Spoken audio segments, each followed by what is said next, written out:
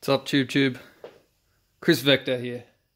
Awesome. If you don't know what this is, I don't know, where have you been? This thing has been around for a little while now, and it's pretty awesome. Like, I'm sure you've probably seen all the videos already, but the detail on this blaster is fantastic. Everything from like the engraving on the mag to all these little details on the blaster itself. You got ambidextrous. This is the first blaster I've ever seen that's actually got ambidextrous safety and select fire. And for what it's worth, they are safety and select fire. So you got semi-automatic, you got burst, and then you got full auto. The thing looks beautiful. It is so solid. It's all fully nylon construction. It comes with a variety of different little attachments. It's got your iron sight, your fake hollow sight, which doesn't do anything. Laser, which does have, I think it's got some adjustment on it. I don't know. No, this one definitely. Nope, it's got nothing. Okay, that's fake. No elevation and windage on the laser, but it's got a laser. It's got a torch on the other side, which is it's a cool design. It's a nice slimline torch. Comes with the option of the silencer can, or you can screw in the flash hider if that's what you prefer. Also has the folding stock, which folds and clips under there like that. Or you could take that off and just replace it with this piece here, which allows you to just sling it with a single point sling. Or I believe if you get a buffer tube that has the right thread, you can actually unscrew this and screw a buffer tube in. Well, I don't know what the thread is, but that does happen. All well and good. You've probably seen all the videos. Oh, this adjusts as well.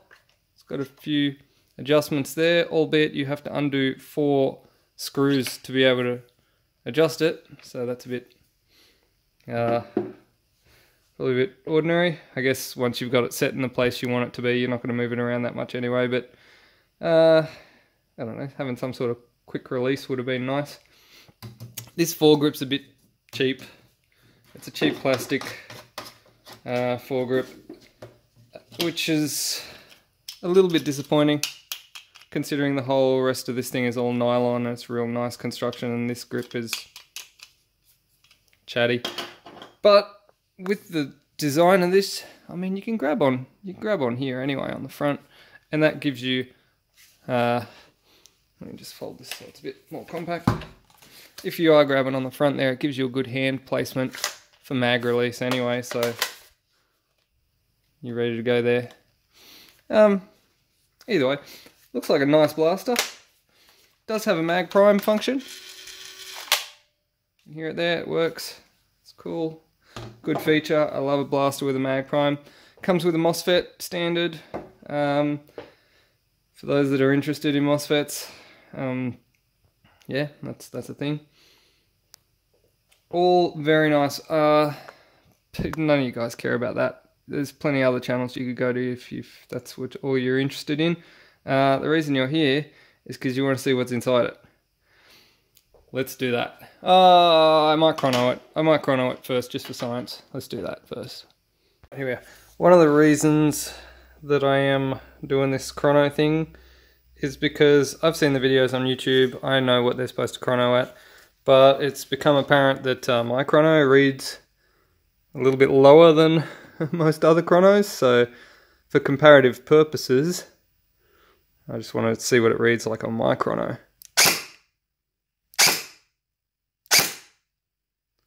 2:36.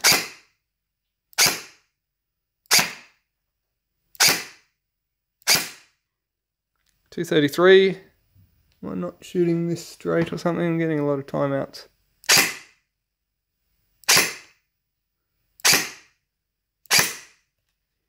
2:46.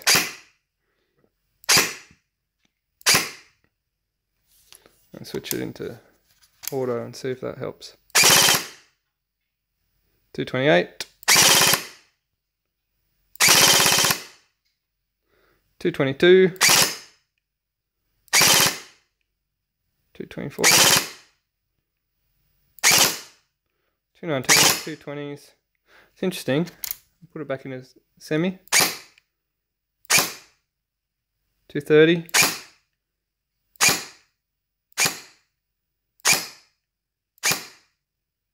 2:36. So I get a higher FPS with semi than I do with full auto. 2:43. So with semi I get 240s. And full auto, 232. Alright, that's good enough. I think we've got a good baseline for that anyway. So that's roughly what we're pushing out there. For what it's worth, gels are not incredibly super duper accurate anyway, so that's why you get a bit of deviation in the chrono readings. But let's move on. 230 to 240. Alright, so as been noted by many other people who have had this blaster, the charging handle does seem to be a little bit flimsy.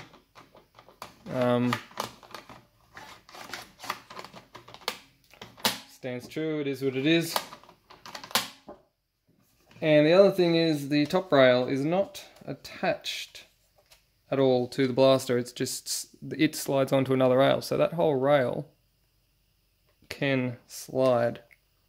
I mean, this one's pretty new, so it's still quite tight, but the whole thing can slide.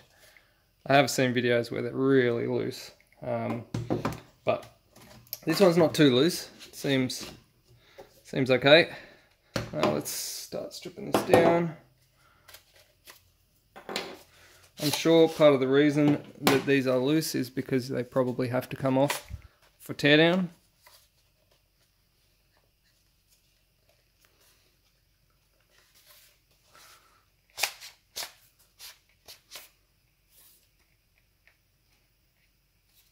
So that is quite tight on the end. I don't know if that's a thing that's been added or if that's something they've all got, but on the end here there is a little notch that they've molded in just there to keep that a little bit tight. I don't find that too much of an issue, that rail on this particular one.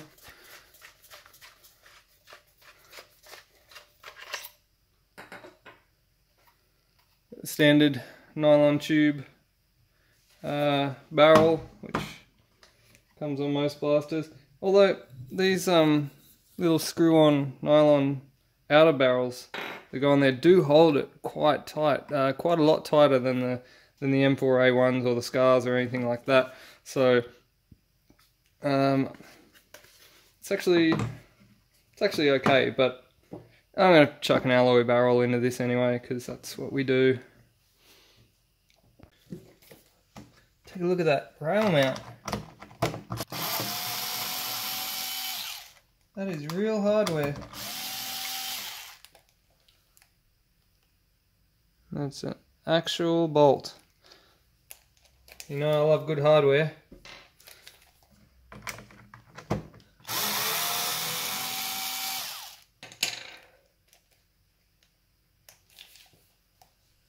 That's quite nice. It is only threading into the nylon, but it's still quite nice. Quite nice.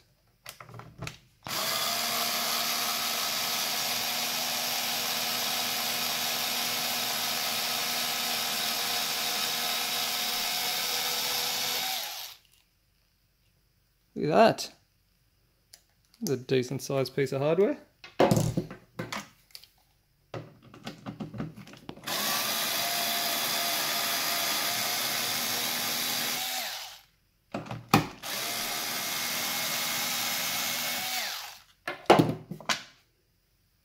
Okay, so these two bolts down the bottom here,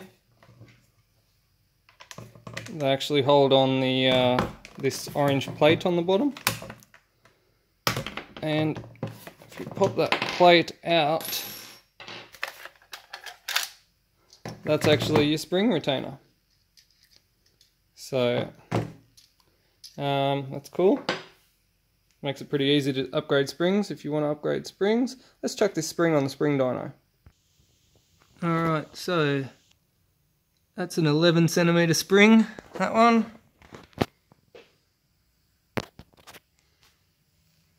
Okay, let's continue the breakdown. Battery compartment in here.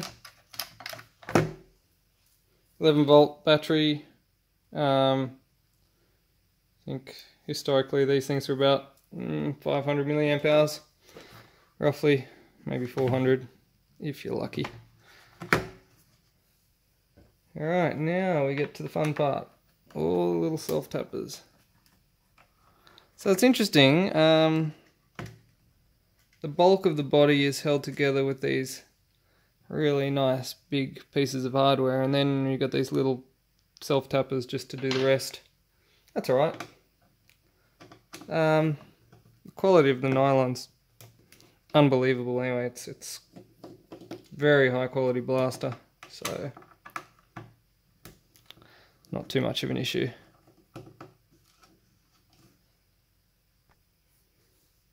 Worth noting if you're paying attention. Okay, so there's the short flat-ended screw, which is the one that actually goes into the gearbox ones, and then there's the pointy self-tapping screw which goes into all the other places. If you're interested in that sort of thing. Okay, let's continue. Let's top half off. Looks like that's where the charging handle spring lives. It's actually screwed on, which is cool, but just makes it more of a pain in the ass to get off, but that's okay. Oh, that's cute. They actually hold the ejection port in with masking tape from factory. It's good to know.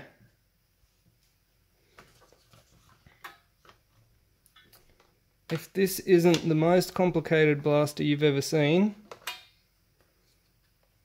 I want to know what is. Alright, so charging handle spring.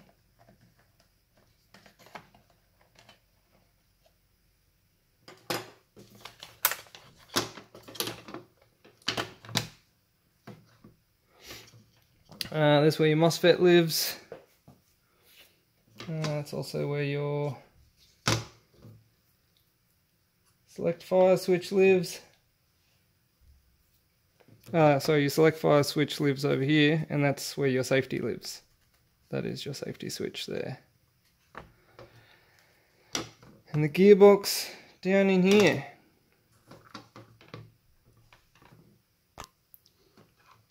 All right. So there it is, hands down the most complicated gel blaster ever to date. That is amazing. Look at this gearbox. This is the Gen 8-ish gearbox. They call it Gen 8. It's pretty far from a Gen 8. It's obviously uses the same gears and the same cylinder, but that's about it. The tappet plate's completely different, the nozzle's completely, everything's completely different. It's all amazing.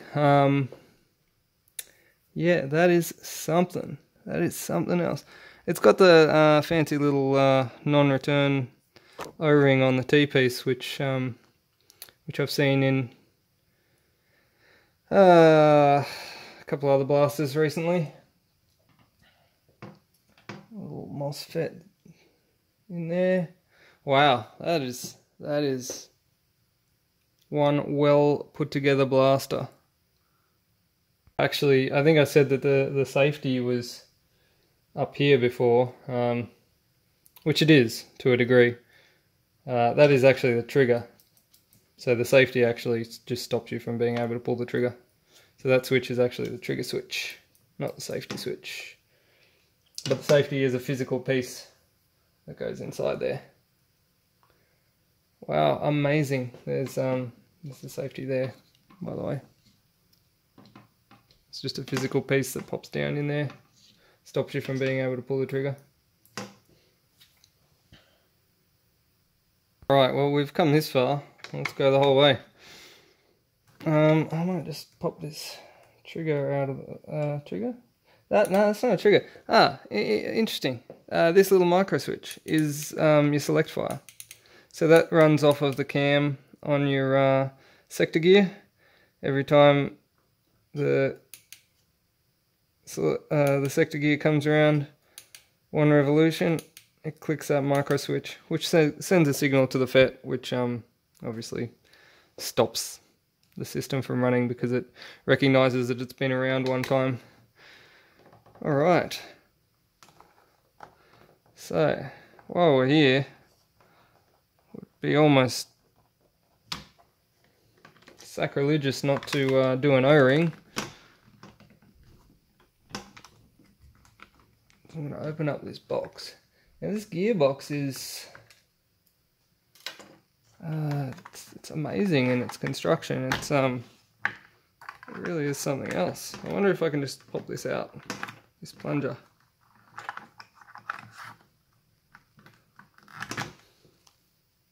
Okay, so with a bit of a wiggle and a jiggle, I managed to get that plunger out.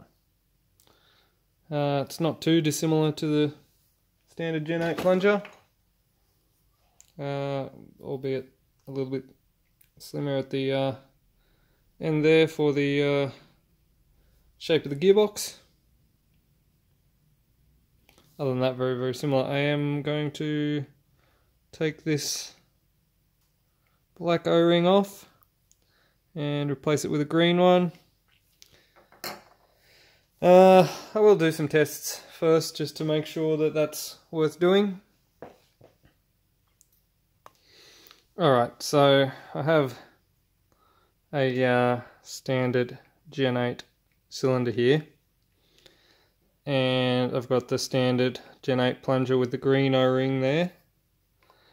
I'm just going to show you, in case you didn't already know, what that looks like when I push that in. Very hard to do unless I take my finger off the end, and then it just slides right in. So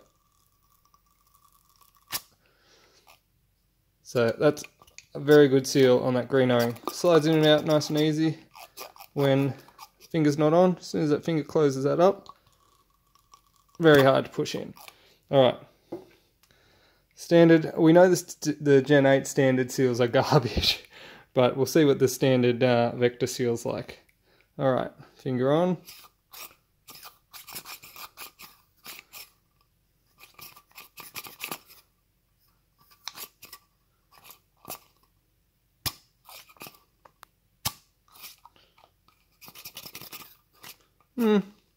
It's not great, but it's not terrible either. It's not as bad as the standard Gen 8 seal, but it's not as good as the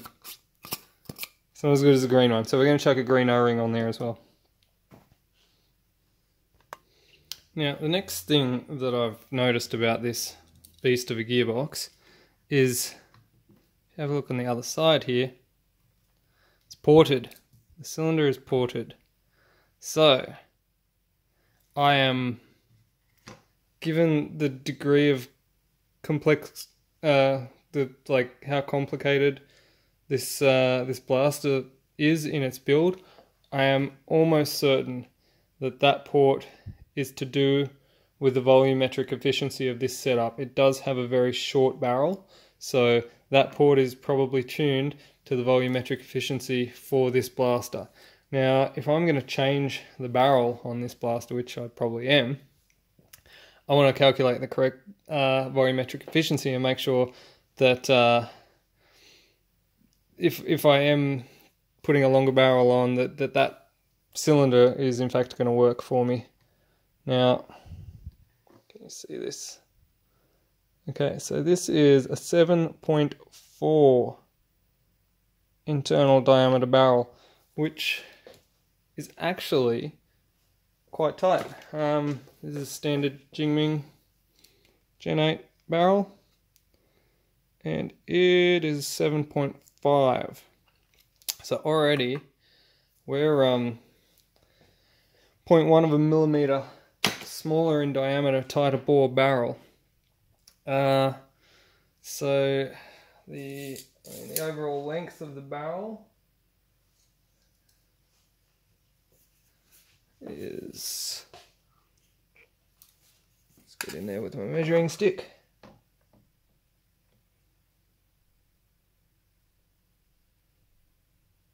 So it's 18 centimeters. All right. So the radius of the internal diameter of this barrel is 0.37 centimeters, or 3.7 millimeters. The length is 18 centimeters. So volume of that, pi r squared, gives you a barrel volume of 7.74 cubic centimeters. Now the internal diameter of these cylinders is just under 24 millimeters, 23.9 millimeters, or thereabouts. Now,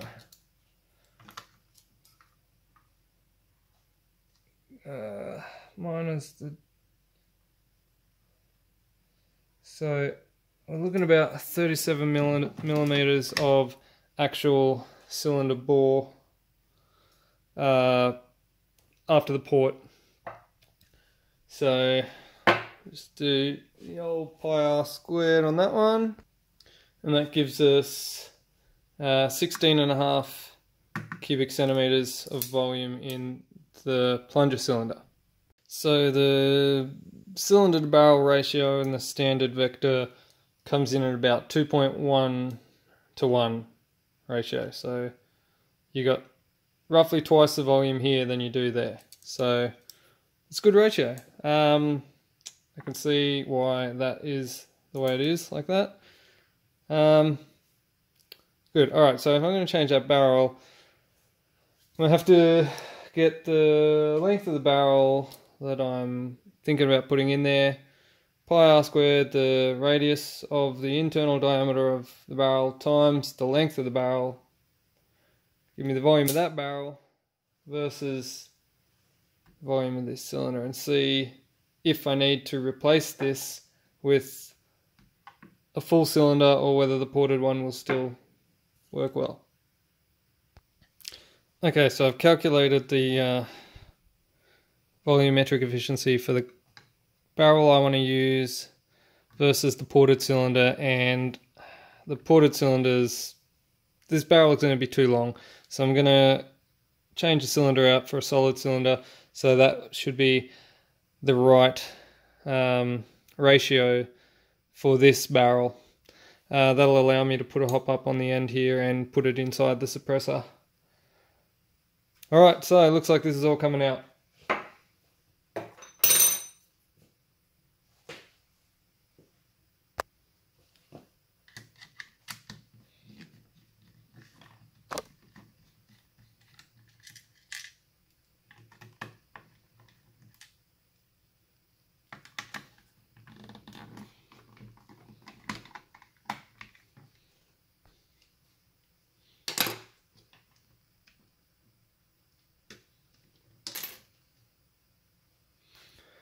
Alright.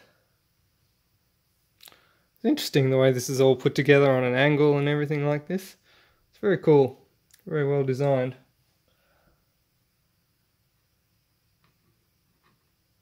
A little bit of manufacturing chat in there. I'm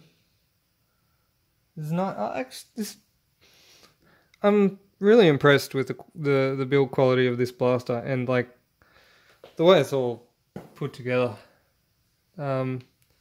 It's I probably say this every time I pull apart a new blaster, but it is definitely one of the it's definitely the most well thought out blaster that I've ever seen. Like the Wells M4 was a good quality blaster. It just seemed like there were so many afterthoughts.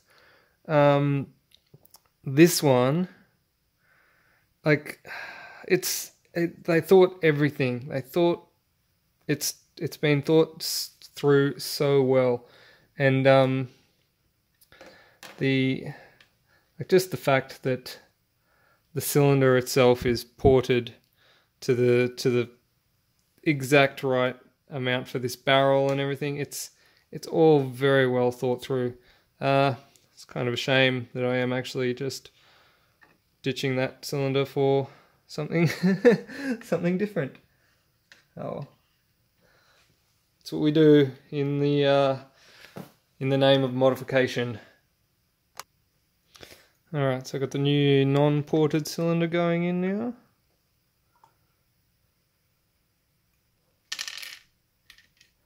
This tappet arrangement is very cool as well. So the cylinder sits in there, and the tappet actually runs parallel to the cylinder here, and then it has like a little linkage which moves the movement on that, like, I don't know, slightly more than 45-degree angle there. It's amazing. It's pretty cool. Alright, pop the new alloy barrel in.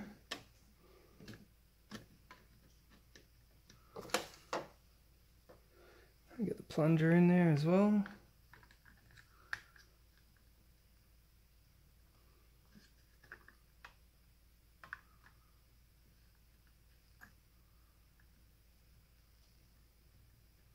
It's always a bit of fun getting the plunger in when you've got a fresh O-ring. Just got to make sure you don't pinch it there.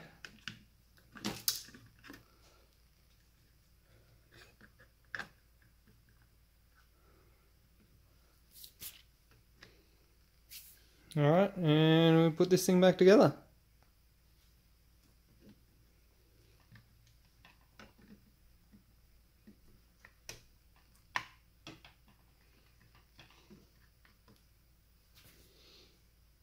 Alright, I've said it a number of times already. This is the most complicated blaster I've ever worked on, and it's not for the faint of heart. So if you're a beginner and you're thinking about modding your vector, think twice. Think twice, because it is complicated. I mean, once you've got it all out and everything, you can see how it all works, and it makes sense. But I tell you, even I was scratching my head at some parts. It's a very interesting setup, though. I'm very glad that I got to do this.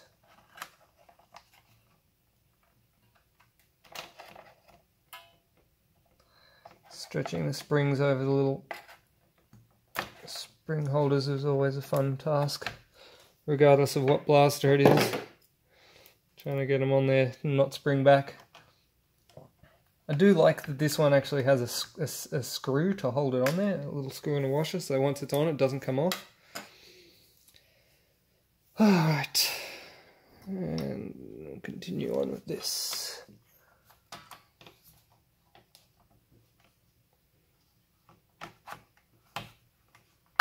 a big fan of the addition of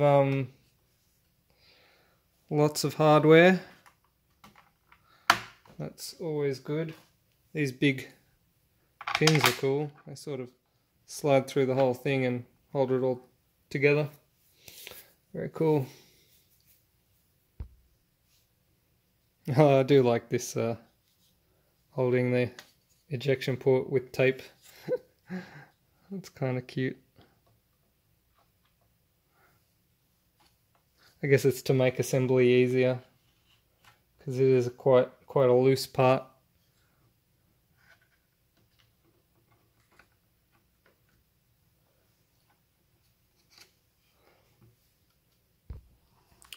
And when you're chucking these switches back together, it's worth remembering that there is a tiny little spring and a tiny detent in there that actually pushes down in there and locks into these, each one of these little holes, the notches for your selection. So don't lose that. That would suck.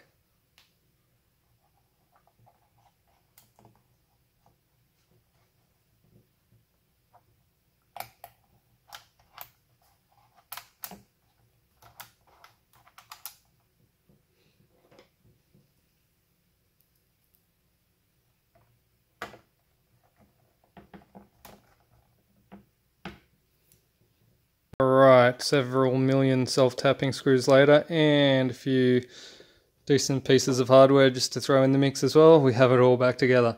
Now let's take this thing to the chrono. I may have neglected to mention, but I popped a 12.5 Guido scale spring in it, just for good measure. Alright, here we go. 265. 273, 266. I think this battery's a little bit low.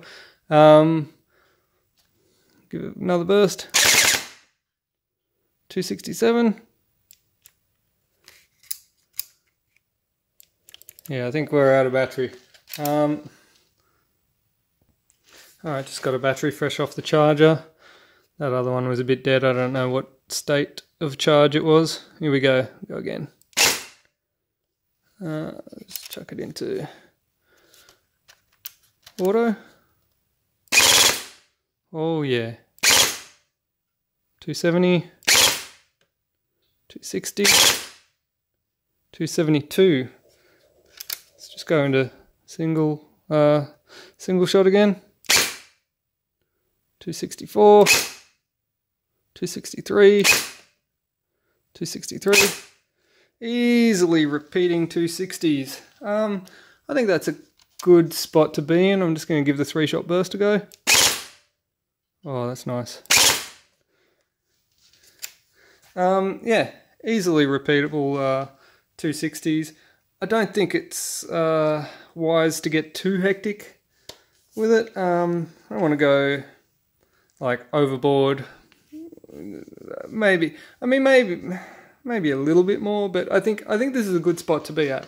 What I'm focusing on with this blaster is accuracy and distance. So I've got the alloy barrel in there. I'm going to whack a hop up on it, and I think around the 260s, 270s is a good place to be. All right, Vector, awesome little blaster. Good quality. Some of the greatest like attention to detail I've ever seen in a blaster. The gearbox, the internals, everything about this was amazing. Yeah, I was really blown away by the attention to detail, both inside and outside this blaster. I mean, it's fine having a blaster that looks good on the outside, but the gearbox and all the insides of this everything was just done right. there was no afterthoughts. Everything was done right. Good little blaster, this one. I broke the Chinese quality control seal, but don't worry, this one gets Low Guido's seal of approval. Don't forget to like this video, subscribe to my channel, do all that good stuff, because you know, I think Bus has got like 4,000 subscribers now. Come on, guys, what are you doing? Subscribe. Alright, I will catch you next time.